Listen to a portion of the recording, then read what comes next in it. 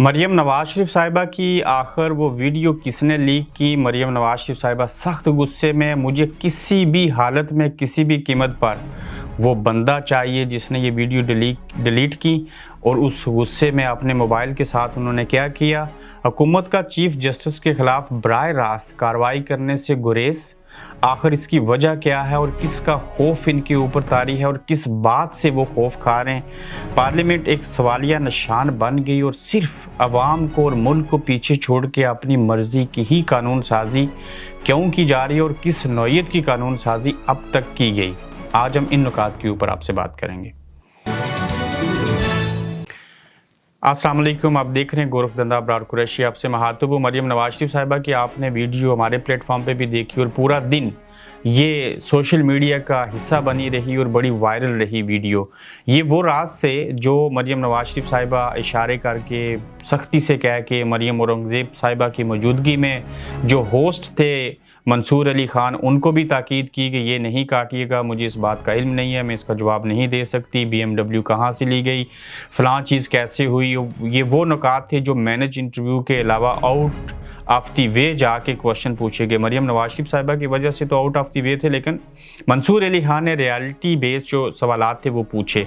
अभी तक यकीनन मंसूर अली ख़ान ने इसके ऊपर तो कोई चीज़ नहीं दिखाई, लेकिन हम आपको बताते हैं कि ये हुआ क्या और मरियम नवाज शरीफ साहिबा इसके ऊपर क्या चाहती हैं और इसमें समा टेलीविज़न जो है वो कैसे ज़द में आएगा, अलीम ख़ान को कैसे एक्शन लेना पड़ेगा, या कि इसका तल्लक जो है वो सिर्फ मंसूर अली ख़ान की पॉडकास्ट डिजिटल मीडिया से है या इसका तल्लक समा के साथ भी है। एक्चुअली जब भी इंटरव्यू होता है तो उसमें आपको पता है कि 3 कैमरे से ये शूट हुआ इंटरव्यू, या कम से कम 2 कैमरे तो थे ही। तो जो कैमरामैन होता है उसको तो कह दिया गया कि आप रिकॉर्डिंग बंद कर दें, इसको काट दें। जाहिर है उसने बंद नहीं की, उसने रिकॉर्डिंग कर ली। जब उसने वो रिकॉर्डिंग कर ली तो ड्यूरिंग द एडिटिंग ये क्लिप तो उन्होंने काट के समा टेलीविज़न के ऊपर और मंसूर अली ख़ान ने अपने प्लेटफॉर्म पॉडकास्ट के ऊपर तो चला दिए। अब जब वो एडिटिंग हो रही थी तो उस दौरानिए में इन क्लिप्स को एडिटर ने काट के, चाहे वो मंसूर अली ख़ान की मौजूदगी में ऐसे किया या मंसूर अली ख़ान को उसने धोखा दिया, वो क्लिप उन्होंने रख लिए। इसमें हुआ क्या कि जो एडिटर था उसको किसी ने पैसे भी दिए होंगे या कोई दे सकता है, या उसने मंसूर अली ख़ान से बगावत की होगी, या फिर ये देखना होगा कि मंसूर अली ख़ान ने एक एजेंडे के तहत ये जो चीज़ें थी वो लीक की। उसकी वजह मंसूर अली ख़ान क्लेम करते हैं कि मैं, बाज़ लोग तो कहते हैं वो बाजवा साहब के बड़े करीब हैं, शायद को फैमिली टर्म्स भी हैं, चूँकि ये मंसूर अली ख़ान कोयटा से हैं। ये भी हो सकता है कि बाजवा साहब के तो वो करीब हैं, तो उन्हीं की तरफ से ये वीडियो कहीं इस्टेब्लिशमेंट के कहने के ऊपर, मंसूर अली ख़ान के चूँकि उधर मरासम है तो उनकी कहने के ऊपर भी ये लीक किए गए हूँ।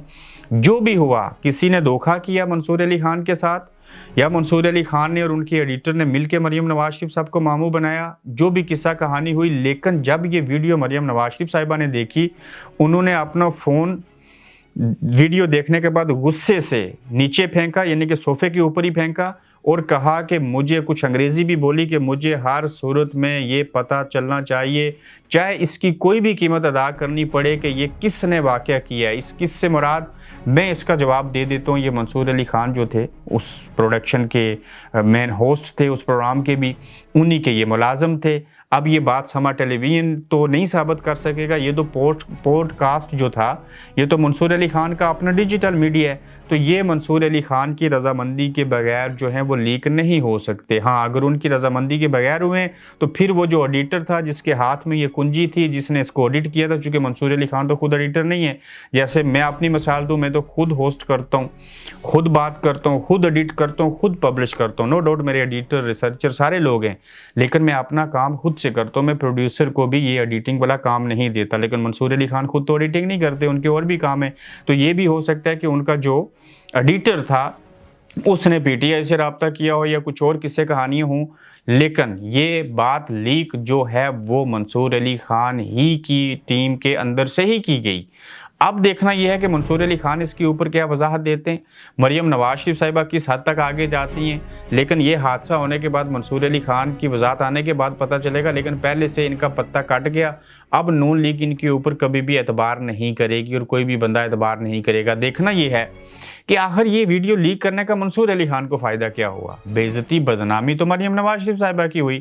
फ़ायदा क्या हो सकता है? माली तौर पे हो सकता है, वो किसी ने इनको माली फ़ायदा दिया या नहीं दिया, या कि एक फ़र्द वाहिद जो कि इनका ऑडिटर था जिसके पास ये वीडियो थी उसने पीटीआई के ग्रुपों में ज़्यादा ये वीडियो गई हैं तो शायद इन्होंने उनको दे दी हूँ। जो भी हुआ, मरियम नवाज शरीफ साहिबा को इसके ऊपर शदीद गुस्सा है, चूँकि जो राज थे वो फाश हो गए और चीज़ें जो थी वो लीक हो गई और वो बुरी तरह से एक्सपोज हुई, और उनके फेस एक्सप्रेशन, उनके सवालों के ऊपर जवाब, उनका लड़खड़ा जाना, उनकी खामोश होना, और सबसे बड़ी चीज़ कि वो उसमें कह रही हैं कि इसको काट दें। तो ये वो चीज़ें थी जो मरियम नवाज शरीफ साहिबा के लिए आज मुसीबत बनी रही, और ये इसकी बैकग्राउंड कहानी थी। फिर आप देखिए कि हुकूमत जो है वो गुरेज क्यों कर रही है, वो बराए रास्त जो है वो चीफ जस्टिस के खिलाफ कोई भी इकदाम नहीं कर रही। इसका आखिर खौफ क्या है? इसके दो बड़े खौफ हैं। एक छोटा खौफ ये है कि कौमी सलामती कमेटी के इजलास में मैंने आपको पहले भी बताया था कि आर्मी चीफ ने भी कह दिया था कि अगर निज़ाम को चलाना है आपने खुद यहाँ पे मौजूद रहना है, आप चाहते हैं कि हम भी आपके साथ जुड़े रहें, हमारे लिए भी कोई मुसीबत ना पड़े और आपके लिए भी, तो आप कोशिश करें कि बराए रास्त खुद किसी चीज़ पे दस्तखत करके रेफरेंस हो या कोई करारदाद पेश करनी हो और उसके ऊपर दस्तखत करने हों तो काबीना के बजाय पार्लियामेंट से काम लीजिएगा। और फिर उन लोगों से उन्होंने काम लिया जो स्पेशल सीटों के ऊपर थे, नो डाउट अवामी नुमाइंदे हैं, लाखों वोट लेके आए, लेकिन उन लोगों के दस्तखत करवाए जैसे बाप पार्टी को आगे करके तासर ये देने की कोशिश की कि इसमें इस्टेब्लिशमेंट भी शामिल है, तो दूसरे लोगों से काम करवाया। और आर्मी चीफ भी कहते थे कि आपने बराए रास्त किसी जगह पे दस्तखत नहीं करने, जिसको वजह बना के कल अगर वज़ीर आज़म के दस्तखत हुए तो हो सकता है अदालत में वो बुलाएं कि आपने ये दस्तखत किया, हमारे खिलाफ ये चीज़ की, आपके ऊपर आर्टिकल 6 लगता है, आपने आइन की बात नहीं सुनी, आपने अदालत आलिया सुप्रीम कोर्ट के चीफ जस्टिस के हुक्म को खिलाफ वर्जी किया, तो लिहाजा आप अपने ओहदे से फारग हैं। तो इन चीज़ों से बचने के लिए वो बराए रास्त कुछ नहीं कर रहे और दूसरे लोगों से काम लिया जा रहा है। मिसाल के तौर के ऊपर इक्तिसादी कमेटी का इजलास बुला के आज टाइम पूरा हो गया, कल चीफ जस्टिस इलेक्शन कमीशन को पूछेंगे, आइए हाजिर होइए, बताइए कि आपको 21 अरब रुपए मिल गए। वो कहेंगे नहीं मिले। किसने नहीं दिए? जी हमें हुकूमत ने, फाइनेंस मिनिस्ट्री ने नहीं दिए।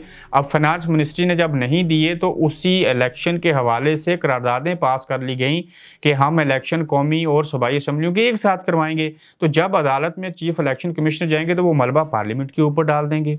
पार्लियामेंट में से मिसाल के तौर के ऊपर वो आसिफ जरदारी साहब को बुलाते हैं, शहबाज शरीफ साहब को बुला लें, बिलावल भुट्टो साहब को बुला लें, पहली तो बात है उनका कोई लेना देना नहीं, लेकिन वज़ीर दाखिला कोई बुला लें, मरियम औरंगज़ेब वज़ीर इत्तलात को बुला लें, तो अदालत में ये जाके कहेंगे जी कि देखिए हमने तो आपके खिलाफ कोई करारदाद नहीं की, हमने तो आपके किसी हुक्म की नफ़ी नहीं की, करारदाद पार्लियामेंट ने मंजूर की और इसके ऊपर तो हमारे दस्तखत ही नहीं है, लिहाजा जिनके दस्तखत हैं उनसे पूछिए।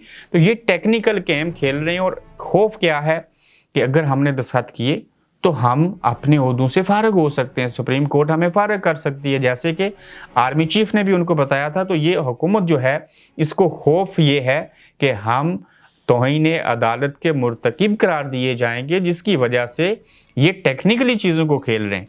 फिर आप आगे चल के देखिए कि इन्होंने पार्लियामेंट के अंदर पिछले 7-8 दिनों में 10 दिनों में 7 मरतबा तो इजलास बुला लिए, काबीना की मीटिंग्स करते रहे, कुछ ऑन द रिकॉर्ड आई, कुछ ऑफ द रिकॉर्ड की। पार्लियामेंट सवालिया निशान कैसे बन गई और मर्जी की कानून साजी कैसे हो रही है। 30 लोग मरे आटा लेते हुए, किसी ने मजामत की, हुकूमत की तरफ से कोई उसके ऊपर एक्शन लिया गया? नहीं लिया गया। फिर आप देखिए कि मुल्क के अंदर महंगाई कितनी है, उसके हवाले से कोई करारदाद कोई चीज़ नहीं हुई। कितने इश्यूज़ और ज़्यादा हैं मुल्क के अंदर, उसके ऊपर कोई बात नहीं हुई। लेकिन ये अपनी मर्ज़ी के, जैसे चीफ इलेक्शन कमिश्नर के फ़ैसले को नहीं मानते, आइन के फ़ैसले को नहीं मानते, chief justice of supreme court जो है उनको फारग होना चाहिए, चीफ इलेक्शन कमिश्नर ने चीफ जस्टिस ऑफ पाकिस्तान के फैसलों को नहीं मानते। सारी करारदादें मंजूर होगी, सेनेट का और पार्लियामेंट का मुश्तरका इजलास होता रहा, मगर सब अपनी मर्जी के फैसले लेने के लिए, उसमें मुल्क और कौम के फ़ायदे के लिए कोई चीज़ नहीं की गई और इसी तरह से चीज़ें बढ़ रही हैं। आज का जो दिन है इसमें हम देखेंगे कि पार्लियामेंट अपने ही फैसले के ऊपर जो आइन की रोशनी में 90 दिन में इलेक्शन होने थे वो कैसे करवा पाएगी, किस के ऊपर क्या चीज़ होगी। लेकिन इस सारे अमल में जो जद में आएगा वो मैं आपको बता देता हूँ। चूँकि पार्लियामेंट के ख़िलाफ़ किसी भी इक़दाम के हवाले से जो सुप्रीम कोर्ट के चीफ जस्टिस हैं या चीफ जस्टिस साहिबान हैं वो बड़े दिफाई पोजीशन के ऊपर खेलेंगे कि सांप भी मर जाए और लाठी भी बाज जाए। वो क्या करेंगे, फंड्स के हवाले से सेक्रेटरी फाइनेंस को तलब करेंगे, फिर जो इदारा जो है, जैसे वजारत दिफा है, वजारत दिफा के सेक्रेटरी को बुलाएंगे, उनको कोई नहीं चाहिए वज़ीर ख़जाना इसहाक़ डार साहब, वज़ीर दिफा ख्वाजा आसिफ साहब, वो सेक्रेटरीज़ को कहेंगे ये तुम्हारा काम है, 1 घंटे में 1 दिन में ये करो। अगर ना किया तो वो उस बंदे को ना सिर्फ जॉब से फारिग करेंगे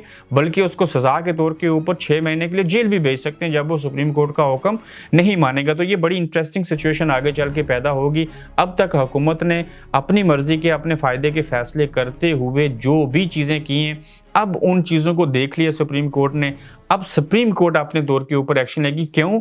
कि ये उनकी भी रेपुटेशन का मामला है। अगर सुप्रीम कोर्ट अदालत जो है वो अपने ही जारी किए हुए अहकामात के ऊपर अमल दरामद ना करवा सके तो उनकी क्रेडिबिलिटी का सवाल है। और वो भी कोई गैर आइनी और गैर कानूनी काम नहीं कर रहे, वो जायज़ काम बता रहे हैं। तो आप देखते हैं कि इसका सलूशन क्या निकलता है। लेकिन लगता ये है कि ये हुकूमत सुप्रीम कोर्ट को एक और धोखा देगी कि हम आपस में बैठ के तय करते हैं इलेक्शन कब करवाए जाएँ, फिर हम आपको बताते हैं, PTI से बात करते हैं, तो ये लंबा खींचेंगे।